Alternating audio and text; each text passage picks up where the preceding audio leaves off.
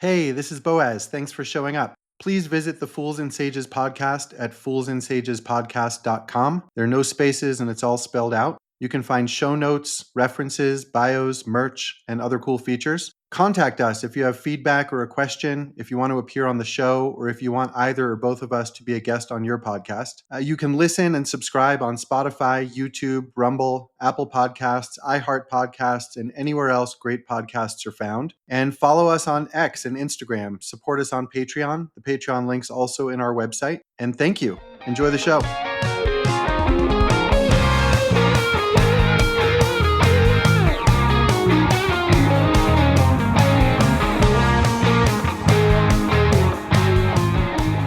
Good morning, Brian. Good morning, sir. How are you doing? I'm great, thank you. I went for a nice, very cold hike in the snow this morning. Yeah, just really appreciating the start of winter in New Mexico. It's a place like no other, I think.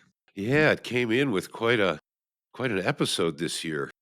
I was wondering, I've been out here now pushing on 40 years, not quite. And in those 40 years, there were 2 times that I was snowed in like over a week with waist high in the drifts, mid thigh, where I actually walked out. Well, that's why I have snowshoes, because I didn't. And but I had to go out for propane and dog food, and so it was like a 4-mile walk out. And then, like you mentioned, when the snow's deep, you don't know where the roads are. So I was kind of hoping maybe we get another one of these now that I'm prepared, but Well, kind of the petered season out. is young. Winter hasn't even officially started yet. It's true. It's Yeah, true. you know And it's true. but yeah, exactly. The themes, they do return to you, don't they? And but so now I've got, we've kind of turned the corner, and the days have been getting hotter since the snow fell, and all the dripping has begun. I got the curtains. That's why it's a little brighter in here. Yeah, it's going to be muddy. It should be, yeah. So, on my hike this morning, I had an interesting conversation with a Fools and Sages podcast listener. Right. And we were talking about what lessons the Democratic Party might be learning, and he made a comment like, "Well, I hope both parties are learning these lessons." And I took a little umbrage, and then I was thinking about why, and it was kind of like a mini version of, after World War II, what lessons would the Allies have learned? And of Right. course there are lessons. And it's not like I think the Republican Party is beyond corruption. Certainly not. Well, yeah, Um, yeah. Well, see, and History what has. I would do is I would stop you right there, because Well, I was. in an important way, we've already presupposed a low resolution model. Because just to preface this, because when you say the Democratic Party, this is an instance of thingifying something that is maybe only conceptually a thing, and maybe in reality it's a number of things. So when you said, I hope both parties learn something, I was wondering, I wonder if he means both parties within the Democratic Party. But anyway, you see what I'm pointing at there? Yeah. That part of what happened and part of the lessons to be learned is in a plate of spaghetti. It's not really a thing. It's like this confusing field that humans create that we're calling the Democratic Party. But as Rich told us, these things, the way they morph, and so anyway, that's where I'm listening. So when you say the Democratic Party or the Republican Party, I right away wonder what in that fog that concept represents are we really talking about. But so with that preface, go ahead, continue. Yeah. I think that's part of, well, where I ended up thinking about that is, and thinking about like why I thought that the lessons of each party were at a different scale in this case. With your previous note, accounted for. We'll come back to that. Yeah. There is a binary, right? It was Democrats against Republicans. That's what the American public voted for. But what I came to is that, and I don't know if you've looked at Trump's website, but he's got dozens of videos on there that are kind of like policy statements. They're between like 2 and 6 minutes. Oh, okay. Like, here's what I would do about this, and like, declared war against the Mexican drug cartels, and he did one. Right away with the new media. Phew. Um, he did one about free speech, and how he was going to lean in, and I think he called it. He didn't use the word deconstruct, but I want to say deconstructing the control that the Democrats have had, working with big tech companies and mainstream media and things like that to limit free speech. And what it got me thinking about was the American experiment and patriotism, and is it okay to love America, and how the Democratic Party, and I'll stick with that for now. So much of its rhetoric over the past years, I would say since, blatantly since the BLM riots during COVID, were reinforcing a kind of mindset that America was fundamentally and intrinsically and maybe fatally flawed. And to some extent, I think the Trump victory is a referendum on that perspective. That whether one agrees with his policy statements, and even more so, regardless of whether one sees him as a model character. I mean, I think there's like a small subset of voters that want to emulate him, or want their daughters to hang out with him or whatever. What I think the the election represents is maybe relatively fundamentally a statement that America is founded on some set of values and ideals that are not only worth preserving, but worth defiantly fighting for. And Trump kind of represents defiance, in that sense. And so I thought maybe we'd kick around patriotism, because you and I have both been very critical of the United States over the years, and of capitalism, and of various aspects of it. And I think we also both love and have benefited from what we would consider American ideals. So yeah, Sure. and I think it ties to our conversation about the American West and Yep. some of the other themes we've hit. Yep. Well, again, looking at what I preface this all with, what I see, I guess on one level is because I try to listen to both sides. I'm bombarded by both sides, and what I'm interested in, one of the interesting things is not specifically what they're saying, but kind of the language and the cognitive model that languaging employs. So what I see is kind of a clash between cognitive models and whose methodology for force feeding their cognitive model was triumphant, and that's why I connected to technology. And How would you characterize those differing cognitive models? well, uh, how do I want to explain this so that you can kind of get a grip on it. So the way cognitive models work in general, we have this thing that we talk about, the coastline of Norway. Have we had that conversation? Yeah. How Y long how long is the coastline of Norway? Right, and the more you zoom in, the longer it gets. So what you're really measuring is the resolution of your measuring process. You're not actually measuring the thing that you think you're measuring. And that kind of shows how our when we talk about wanting a higher resolution model, if you think about this like a computer graphic, there are a bunch of bumps here, and the computer will just draw a straight line because it wants to save the space of the data that it would take to fill in all those ups and downs. So it just averages them, boom, and it makes a straight line, right? So we're taking distinctions, we're taking textures, we're taking elements of the experienced reality, and we're just flattening it out, and we're calling it fascism, or we're calling it wokeism, or we're calling it, you understand that these terms then become catch-alls, right? So I made reference to in our last podcast, Here Comes Everyone, I made mention of Women, Fire, and Dangerous Things. Not the objects, but the book by that name.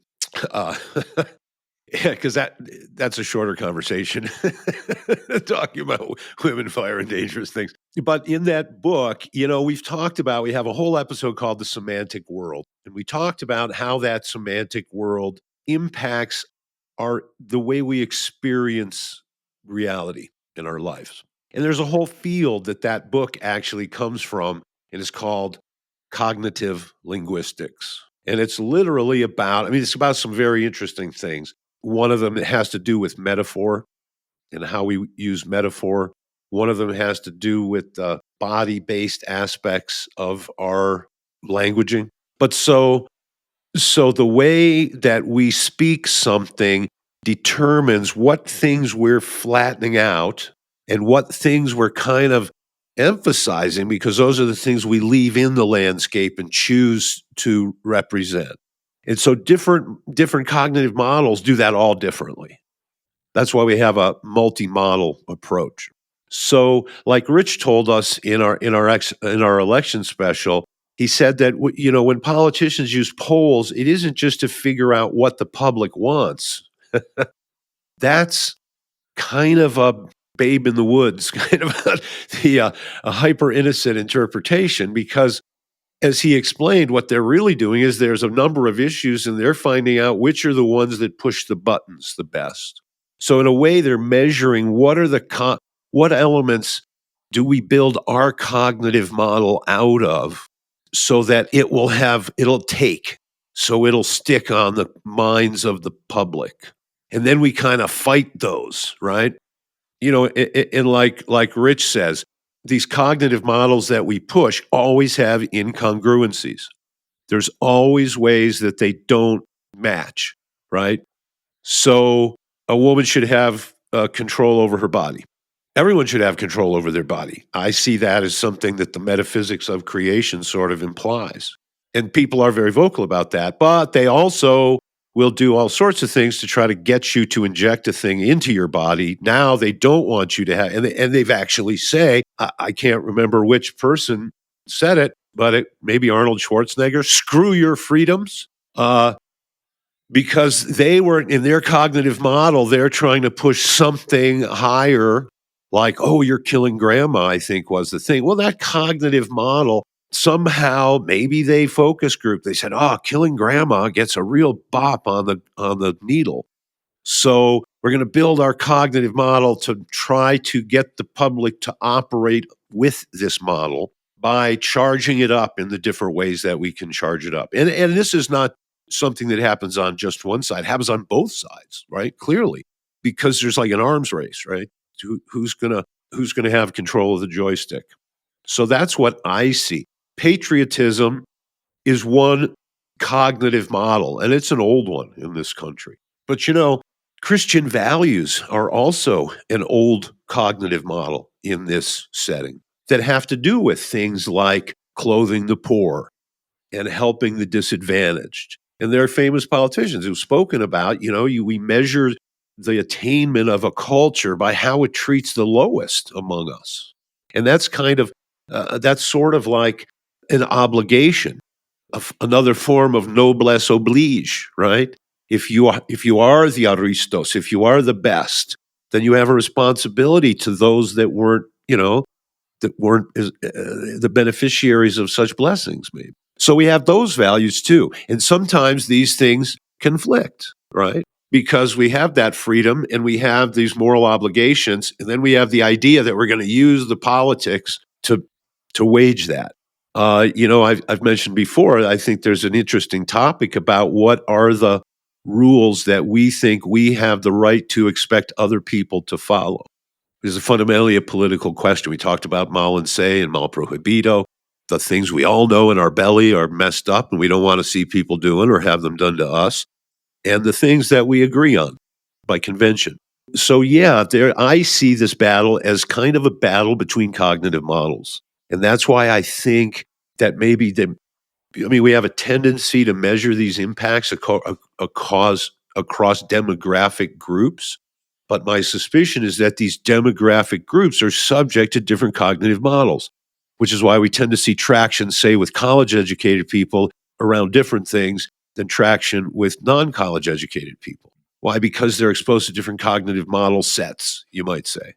And so that's where you get these like Weltanschauung worldview kind of wrestling matches. And patriotism is in there, and human values is in there, and international values is in there, and all these sort of things. But the real chess game is what gets the most traction on the most people.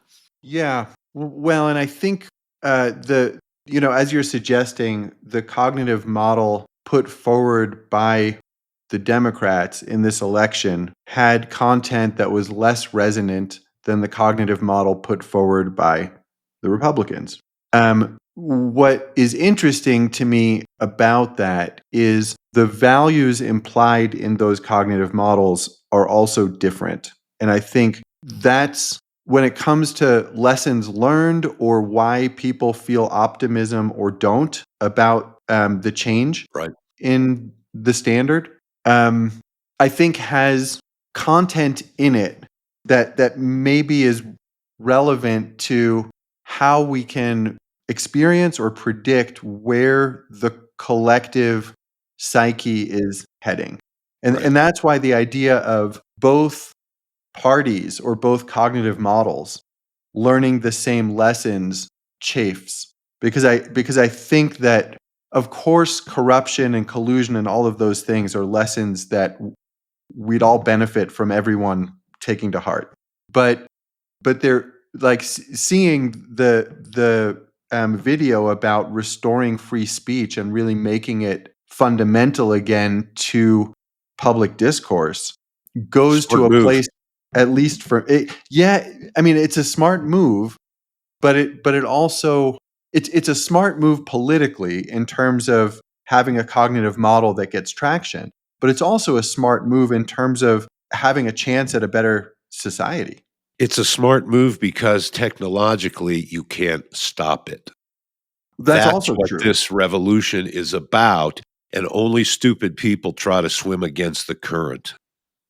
And The that's the where current is what I'm getting to, exactly, and swimming against the current or with the current, and so I'm trying to get a handle on what the current is. right, and that's this idea that we've spoken about before, that there are these cycles, and you could imagine the body politic as a boat, and these cycles would be the periodic waves that the boat has to negotiate. And then you might have factions on the boat fighting for the rudder, fighting for should we put the sails up? Should we put the sails down? Should we steer slightly east? Should we steer slightly west? Meanwhile, the wave is coming. And there's an argument to say that the better organized your ship is when the wave hits and the better it's pointed in the right direction, the less likely you get swamped, capsized, et cetera, et cetera. Although there does seem to be a periodicity to the politics that run the ship. And so there might be something about the wave on the outside lining up with the political waves on the inside that determine who's got the wheel when the wave comes. And that's why that was kind of at the core of my question where I was pestering Rich about. Does it matter who wins? Uh, if the mast is broken and the wave is coming, it doesn't really matter as much who's at the wheel. On the other hand, if you can actually still steer and it makes a difference, then maybe you spin the wheel just in time to get the bow into the wave that's coming, and then you might get wet, but at least you're still on the top of the water instead of the bottom. So yeah, I don't know. There's some interesting possibilities there.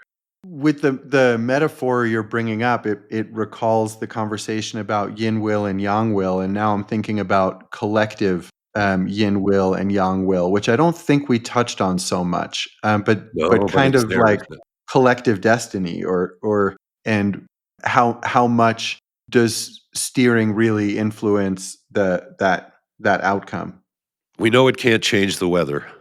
And, when I've read about, I think the most impressionable times from things that I've read and stories I've heard had to do with before World War One, and it seemed like you just had this industrial revolution happening, and like the world was all it was changing radically, but like in a better way, right? Because there was electricity happening now, and there was machinery that could do things that we never could do before, and it was literally a golden age, because I was a goldsmith, which means I was a fabricator, not a caster, which means building little things, which gets very close to the traditional role that they would call a model maker. And a model maker usually would be building things very precisely so that then they could be molded and copied and reproduced in numbers. And in the days, of that time, you had this incredible genius happening in machining, in tool and die making. I mean, there was always something that was going on. If you look at the old Swiss watches and you see some of these screws, you're going, "Who made this screw? Look at there's threads on this screw." And you don't even have to sneeze. All you have to do is exhale a little too much and the sucker's flying. That's how tiny these things are. Like literally they're looking under a microscope to see the threads on the screws, whether the screws, So there was this golden age, just like now we're having this golden age with computers and with electronic technology, and you had that rapid increase when it's like the attention of the human race swings onto something, and then all of a sudden this starts generating things, and we're in one of those things now, and it's changing everything. But that was all digression. My point was that in that time when things seemed so optimistic, there really seemed to be within the zeitgeist, the spirit of the times, the time ghost, literally, like us a cruising for a bruising. Like people seem to run to war, like only people who've never been to war can run to war. And it just seemed, and what else do I remember? Carl Jung talks about having had, this is in his book, Memories, Dreams, and Reflections. He talks about having had these dreams before the beginning of World War II that was like rivers of blood with bodies flowing down it. And it's like one of these dreams you wake up in the morning and you go, holy shit. And it recurred a few times and then boom, the war outbreaks. So this idea that, these currents, and we talked about this before, one of the things that Jung discovered that supposedly was the unconscious mind. And then Jung kind of uncovered the collectivity of some of those currents in the unconscious mind. And so it seems like within the mind, we talked about the holon having agency and having partness. Well, it seems like that same polarity between agency and selfness and partness translates across into this semantic world.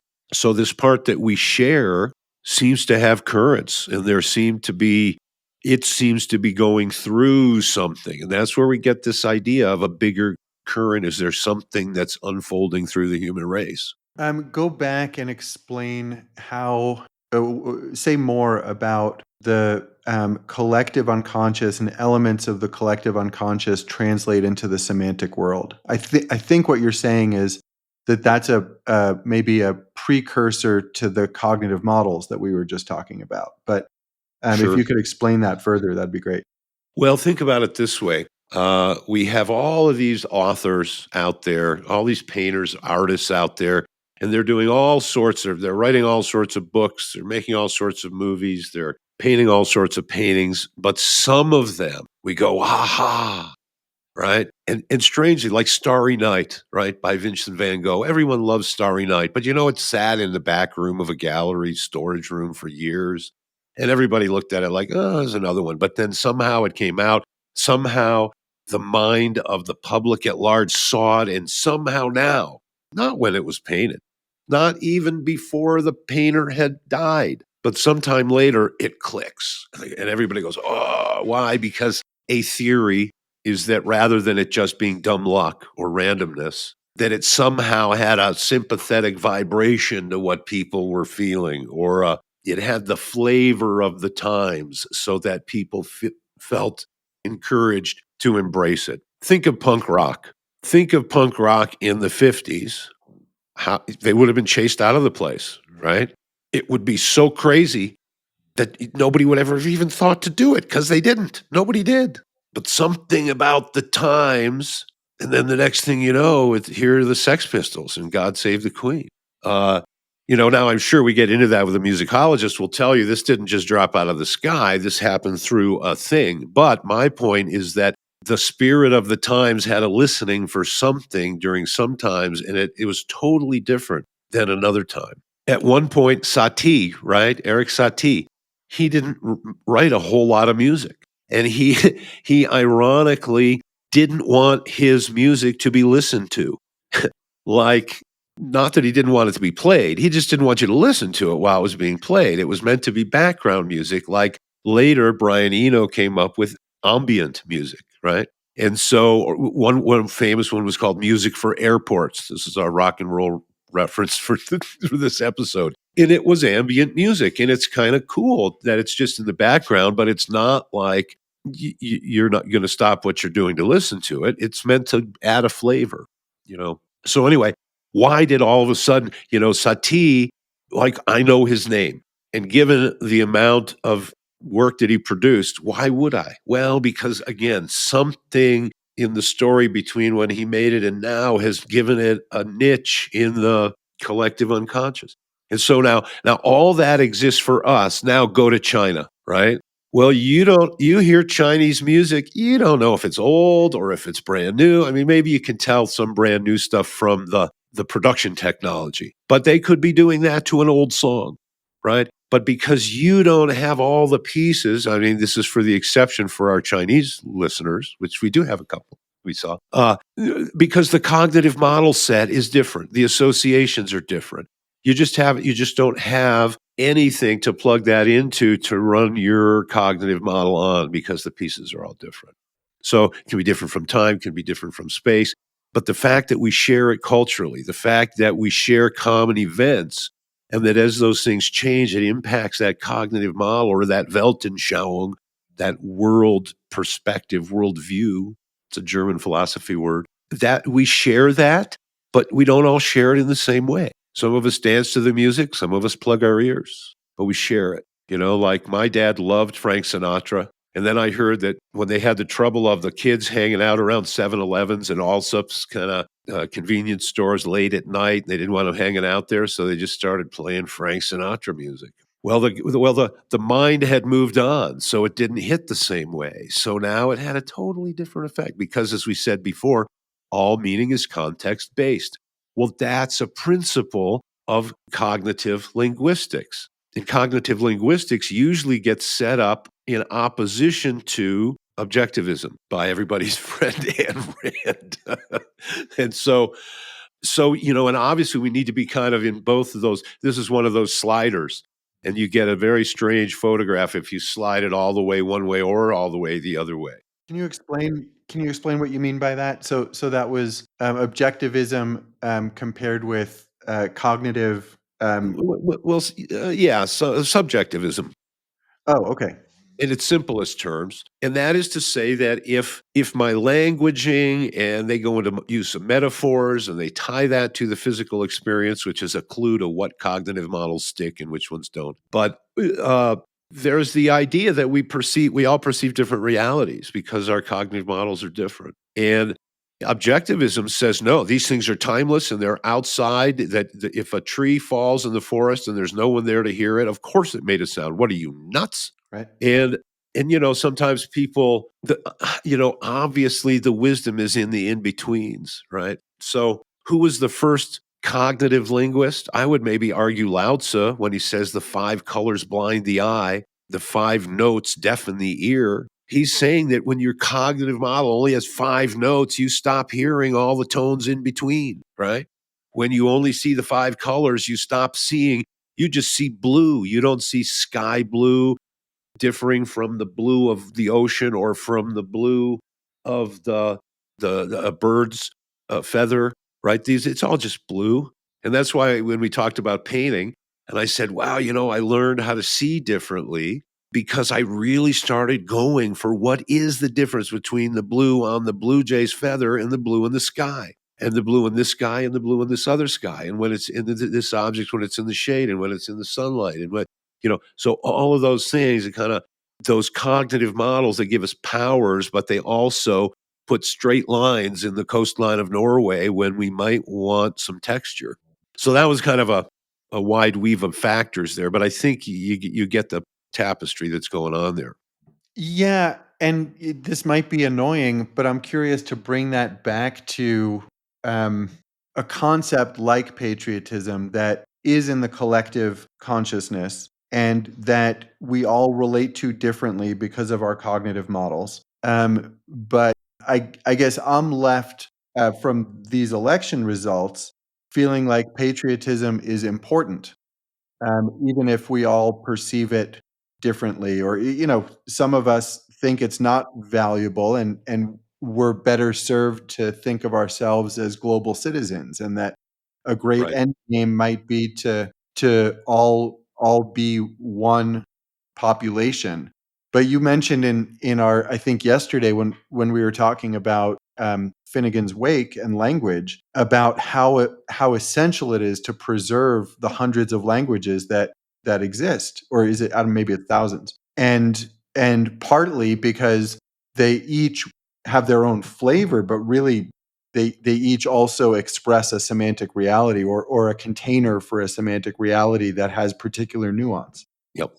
So I guess I'm left thinking, like, not only patriotism is important, but patriotism is particularly important right now, given the spate of issues facing this country and probably many other countries, related to dealing with the globalization of economy, the globalization of Right. information, Yep. globalization of culture to a large extent. So yeah, I'm still wanting to hear your thoughts specifically about patriotism, given that different cognitive models process that differently. Yeah. Well, I think we've backed our way into the conversation about principle versus ideology. Okay. And we talked about teamwork. We talked about the powers of associating with a team. We even talked about the egregore and the idea of the team, like the American Eagle or something, and how we pour our emotional energy into those things. But we also talked about pushing the guy off the bridge and how sometimes under the influence of these things, we go crazy and then it maybe doesn't serve us. We talked once, I think, about in martial arts that there were three levels of martial arts: the animal, the human, and the sage. And we referred to the animal level as firing the glands. That's what my teacher would call it, right? This is Bruce Francis who used to talk about that. And so that's the sort of thing that happens. So what do we have to guide, to immunize our consciousness against those type of mass psychological effects? And the answer is principle. When you're in a crowd and the crowd wants to do something to an innocent person because they are being perceived as other, as per our other conversation, what's the thing that's going to make you not do that when the crowd wants you to? What's going to be the thing that makes you stand in front of the victim and say, "No, back off because you're messed up right now. Snap out of it." Right? Thanks, I needed that. Right? Those are the people we remember in history, it turns out. Some of them get burnt at the stake also, I should point out. But we don't ever remember any of the crowd members. We don't ever remember the guy who shouted "burn him" first, right? Why? Because there's no individuality there, right? They've gone from that human And level no virtue. response into that firing the valve or firing the glands. Yeah, no virtue there because only individuals are capable of virtue, right? Say more about that. Say, Well, like what's that famous quote that insanity in individuals is rare, but in mobs it is the rule, you does that know? mean virtue is only possible for? I mean, I guess you could say collective virtue is just a bunch of individual virtue aggregated. Or a virtuous leader that harmonizes with the people, and that's part of what is patriotism? Is patriotism ideological, which says that we have this thing and we're supposed to force it on everybody else, which Rich told us that where that mentality was in the history, the story of things? Or is it we live by these principles? And in this American experience, we started this whole thing with, we hold these principles to be self-evident. This is a metaphysical statement to say that these things are bigger than us. And so if our patriotism comes from our real grasp of the importance of these principles, like the freedom of speech, like the freedom of, I mean, we have a whole list of them called the Bill of Rights, right? And I don't want to list them now because I'd rather you go and read them, because this was a super pointy issue between the Articles of Confederation side and the Federalists and who came up with the Constitution. We talked about that with Rich also back in episode 9, folks. Don't miss it. So, what is patriotism? If we're founded on principles, then in those moments, we have those to fall back on. If we're just founded on some sort of an identity, then we can go gang ugly, right? Then we can go wrong. And so if we fall back to the animal level of response, and remember that we talked about these cognitive models, the things that make them stick is when these points tie into the more visceral they are for us. So they tend to want to push us into that animal response rather than the human or the sage response, just because of the way it's playing your physiology. And that's why we see people, they're expressing a political opinion, but what they're showing you now, there's a lot of videos of it, is a physiological response. Okay. And there's some words along with it, but what you're seeing is a physiological response. So I think those principles are all that we really have. And so if our patriotism is founded on that, then those become a compass in every situation. If it's an ideology, then, kind of an ideology is like saying the answer is yes or the answer is no before you hear the question, because it's non-adaptive. Whereas principles are designed for adaptation, right? And that's why we've talked about this in law, we talked about this in medicine. You have this core set of principles. This happens in religion too. You have the seminal religious text, and then you have the commentaries by the imams, by the rabbis, by the sages. In the Sun Tzu, it's by famous generals. In the I Ching, it's by Confucius, either by attribution or by his hand. They're called the 10 wings. So we always have this idea that they're a principle, and then a human, a live, breathing human, has to be in that position to apply those principles to this situation. That's why we have courts. We have the laws, but we need those humans on both sides and a judge in between to decide, how does this apply to this guy sitting in front of us. So patriotism based on ideology is fragile. Patriotism based on principle, the principles may outlive the country if they're strong principles, if it's that strong of a cognitive model, and those things, back to in the Greeks' time, those elements of a cognitive model became the eidos: truth, beauty, justice, all those important timeless things. They're different than just an identity. We like polka music. Yeah, but I think this is situational. And I guess I'd be curious to hear your thoughts on what's principle and what's ideology in, say, you hear Douglas Murray say a lot about England. This is my country, and seeing streets filled with protesters who are chanting for the destruction of Western civilization, his reaction is deport them now. They're not welcome in my country. And I think I see that as he's not stating a principle behind that patriotism, but he's implying a whole lot of principles. Sure, sure. Well, and I think that what we're seeing is maybe stage 4 of the disease. And so it could well be that somewhere back principle was lost, and that's what caused stage 1. And now we're seeing it show up in What's the stage 3. disease?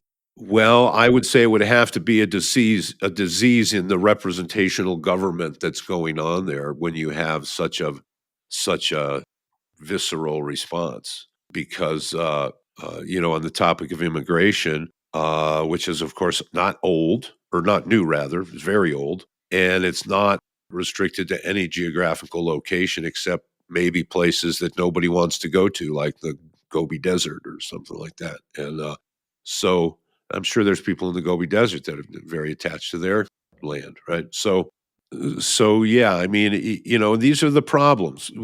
We have law and we have case law, but we also have good lawyers and bad lawyers and good judges and bad judges. We have honest and dishonest brokers within everything that goes on there. So that's where, I think you really have to drill in to do your, in medicine, they call it pathogenesis, and it's related to pathology, right? The study pathos in Greek is suffering. And so pathogenesis, genesis is to generate, right? The beginning. So pathogenesis is studying the etiology. Okay. Etiology comes from aitia in Greek, which means cause. So the study of the cause of the suffering. So in this case, there might be a pathological investigation that needs to happen to understand, is this a one-off baby coming down the stream, or is somebody throwing the baby in the river? And if there's somebody throwing babies in the river, we're never going to solve the problem just by taking the babies out of the river. We have to go upstream and stop the process. So that's why I say it's hard to say. And we have to drill down and understand it. We have to do that sincerely and honestly. And we may even still make mistakes, and that's why they call it jurisprudence in the legal situation, because, prudence is right up there with wisdom. And it's always a rare commodity, and we always kind of wish we had a little bit more of it and to get a little better specific results, because it isn't that this is a flawless system. It's just that we don't really have anything better to point to replace it with. As Churchill said, yeah. Yeah. So, yeah, where do you go from there? Well, I'm wondering if you want to come back to the first point that you made when I was just starting to put this topic in front of us about the plate of spaghetti, and the variety of material that I think you were saying makes up the cognitive model, or that there are a variety of cognitive models. Maybe there's Right. some clarification to go back to there. Well, I think that there are, and that's why, we had a little beginning of a conversation. And, I mean, we touched on this with Rich a bunch, actually, I think. In America, we've always had a so-called two-party system. And in other countries that have more parties, I don't know if you've paid attention to what's happened in Germany most recently, but other governments they just go right out and say it. They call it a coalition government. And so the coalition idea there right away says we're melding together some cognitive models that kind of overlap. And so for the parts that overlap, we're going to work together. And we're just going to not talk about the parts that don't overlap. And because we know that those parts that do overlap are so important that if we don't make a coalition, we're all going to get taken apart separately. Yeah. So, well, and that's what we have in the United States. It just doesn't look like that because whatever came in, it all gets painted blue and it all gets painted red. And so you do have, like what was it when we saw that the Amish came out in some numbers and they voted with the 18 to 21-year-olds? I think I saw that. Okay. And yeah, I mean, that's about all you can say, right? Is okay. Because Well, I think the Amish. I heard that they came out in droves partly because they had been raided, possibly under the Biden administration. Let me see if so I can find that what's real that quick. thread is anti-authoritarianism, right? And so this is a great example Oh of yeah, the raw milk raid. Yeah. uh-huh. And so the common thread here is anti-authoritarianism. And wouldn't you know that the Amish that's one of the things where the Amish model and the modern contemporary American 18 to 21-year-old, their models overlap. Presumably, I suppose we could say that there are probably not that many Amish nor that many 18 to 21-year-olds that are like instrumental parts of the authoritarian state. So they feel the boot instead of the cushy Dr. Scholl's inner liner of the boot. Right. So, uh, what is that thing about making strange bedfellows? That's just a great example, I think. And so what my point is that you have these coalitions, and the coalitions they're not always cultural. Like, I don't know what the religious profile of 18 to 21-year-olds, but it's certainly going to be different than the Amish. And and these are the things that are hard to predict because these individual cognitive models have a lot of moving parts, and some move less than others. But so these coalitions, and that's kind of that was the point of why I wanted to go through the history of the Republican and Democrat parties with Rich, because we saw those coalitions coming together. Like the chapter with the anti-Masonic party, with the Know Nothing party, which I guess was largely against Catholicism and liquor, with the Free Soilers who didn't want the new states to be brought in as states for slavery, and they formed the Republican Party. Well, those were pretty different cognitive models, and when I say cognitive models, I use that over and over, but that has to do with values, right? So what's important, what's not important, priorities. And some of that is because I'm here and it's a geographical thing, but some of it is also because I hold these values to be important compass points for me. So yeah, there's a whole thing there. That's the mystery. That's the weaving together of human political life. And I'm wondering also about I think you would say someone's throwing the babies in the river. And I'm sure we have metaphysical explanations for that. But I guess this seems to me I'm kind of associating the optimism that I feel about returning to values like free speech or loving America, not in an ideological sense, but in terms of the promise and the promise that it promises, Right.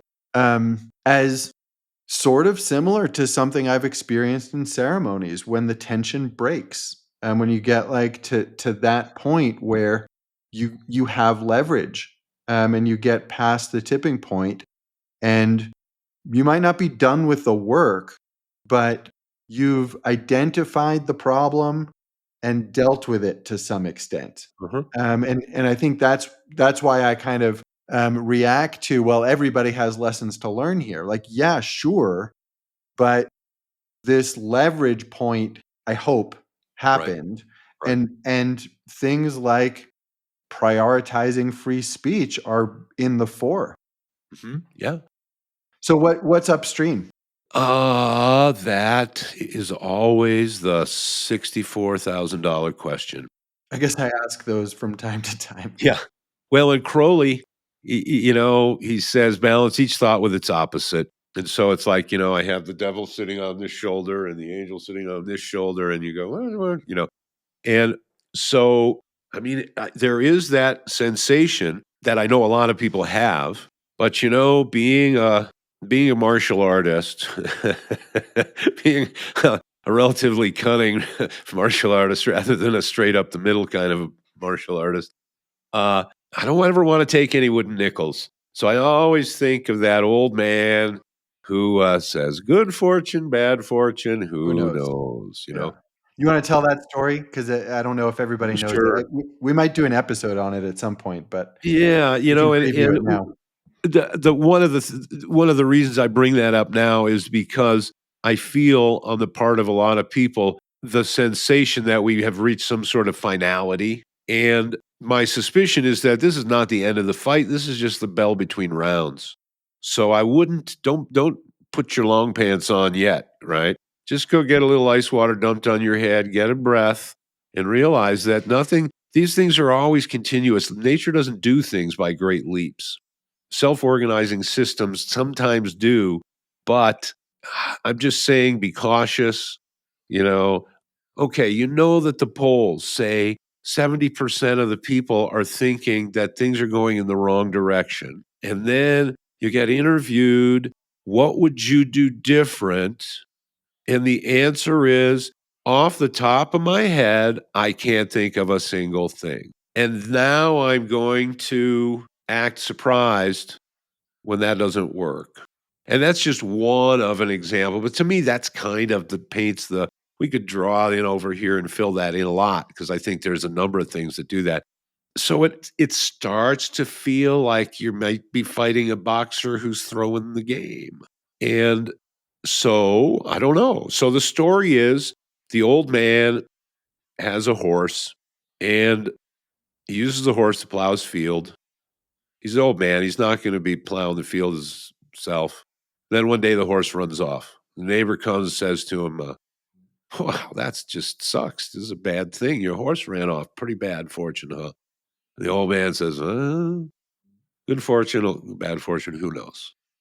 Because he's not going to be blown by those 8 winds, right? He's sticking to the center. And then the horse comes back, and it's got 3 wild horses with it, right into the corral, right? Leaves the gate open, leads him right in the corral. The neighbor comes over again and says, whoa, you just got 3 free horses here. What a deal.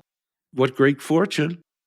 The old man says, good fortune, bad fortune, who knows? Even though the wind's blowing the other direction, the center holds, right? Then, of course, old man's son gets out and tries to break some of these wild horses to break them to the plow, and he ends up getting thrown off the horse and breaks his leg. Only son, old man. Now he's really screwed, right? Says the neighbor. The old man says, good fortune, bad fortune, I don't know. And then, of course, the war comes, and they come conscripting young men for the war. But, of course, his son with the messed up leg can't go off to war. So the neighbor comes back, and he says, wow, what good fortune. Your son didn't go through. And then so the old man says, I'm tired of you. Get out of my yard. I think that's how it ends. I don't I remember. never heard that ending before, but Something thank about a garden hose. I don't know. Uh, but so that's that idea. And that is, we talked about this before. The rabbit who uses fright to run away from the coyote never says, oh my God, what bad fortune that there's these coyotes around. The rabbit is in a permanent state of good fortune, bad fortune. I don't know. He can't be blown by the winds because he's in a state of nature, right? So, so there is something about that. And this, the Buddha said, and maybe the Buddha didn't say this. It may have just be attributed to him, but that saying, all things must pass. It's at least a George Harrison album, right? It's a second rock and roll reference. This is a two for today. Uh, so, so yeah, ongoing question, ongoing question. cool. Thanks, Brian. Absolutely. See you next time. We'll see you next time. Good to talk. See you, everybody.